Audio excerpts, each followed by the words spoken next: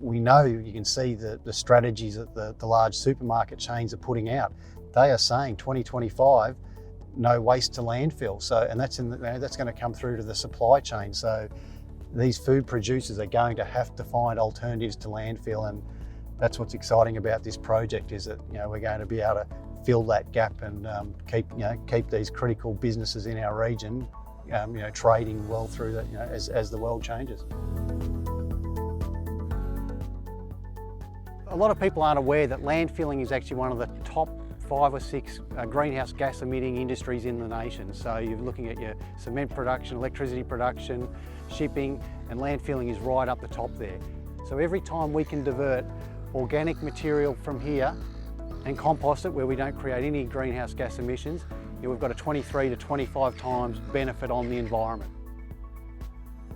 Yeah, so Dulverton's it's a really good story, the formation of Dulverton. It was about probably 20 odd years ago. 4 local governments here all had a landfill that was coming towards the end of its life, and instead of all running out and creating their own new landfill, they decided, let's get together and develop a bit of a regional facility.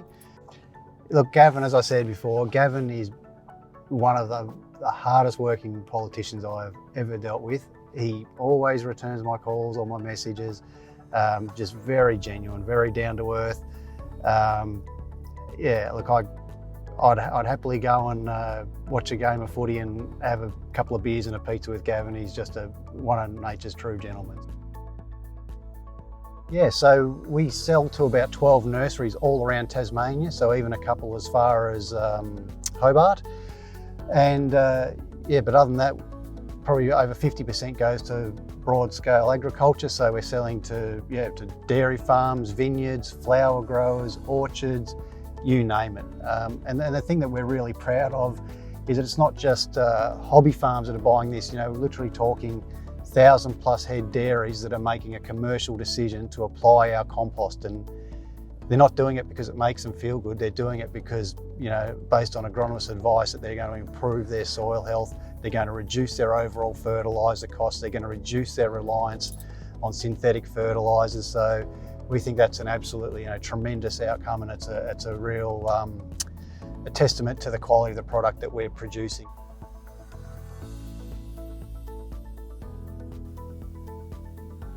Simon Elphingston, farmer, flower.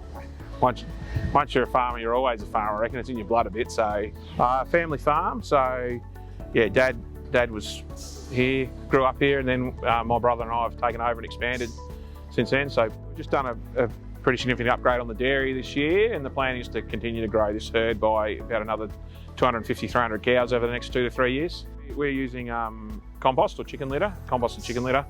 And we find we measure our organic matter in our soil, and that has been increasing.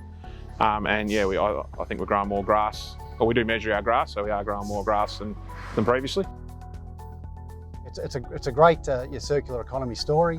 We've got those major and minor milk factories that they're processing byproducts inevitably find their way here. So we probably take up to 10 different products, sludges and different liquids that come from those facilities.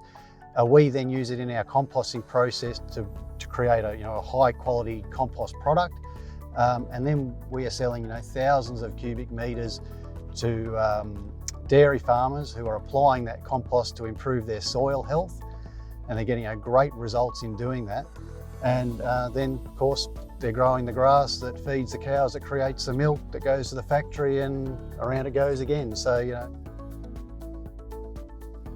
Yeah, currently on our strawberry operation, we grow in. You can see here we grow in these bags of coconut husk or coir, and every year we use about 4,000 cubic metres of fresh coir for the new crop.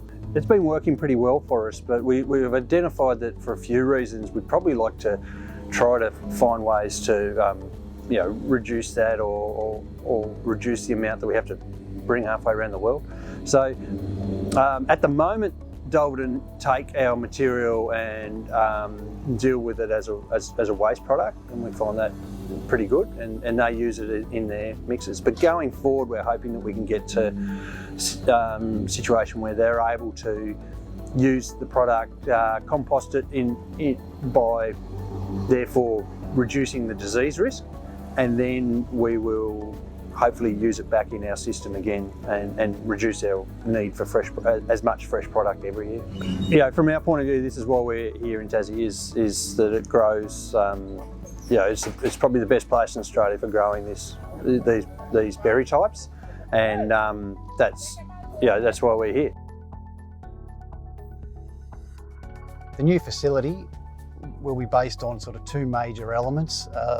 First one being a large receival hall where we can accept all these different products. So we'll have tanks for liquids, we'll have shredding and screening devices for the different green waste and other types of products that might come in. We'll have a conveyor sorting line where people will be able to remove contamination, anything that's made it through all those other steps. But then the major part where all the composting will take place is we're going to have 9 large concrete vessels. So these are fully enclosed. They'll even have an airlock door that goes on them so that once the compost material is put in there, no odour can leave that vessel. It's fully contained. We'll be forcing air through it, collecting air out the other side, recycling it round. We can apply liquid from within inside there. Temperature probes are inserted inside the tunnel. And we can monitor and maintain that environment, you know, to provide optimum composting conditions. What gets designed here will be the most robust process for our region. Because what's very different for northwest Tasmania, if we looked at Melbourne or Sydney, they might have a compost facility that takes 200,000 tonnes of biosolids, another facility that takes 100,000 tonnes of food organic, garden organic waste.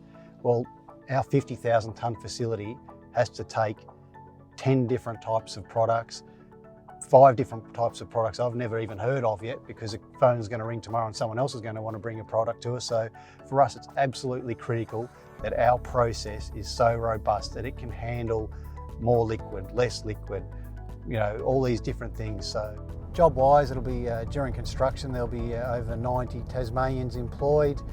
Ongoing, we know there's at least direct jobs for another 3 or 4, but it's really all that indirect that's really important. It's that, you know, the flow-on effect to all these industries that we're underpinning and allowing their growth and allowing their existence at all. So it's all these, you know, the major food processing industry, you know, players that really need a facility like this to remain in business and to grow their business.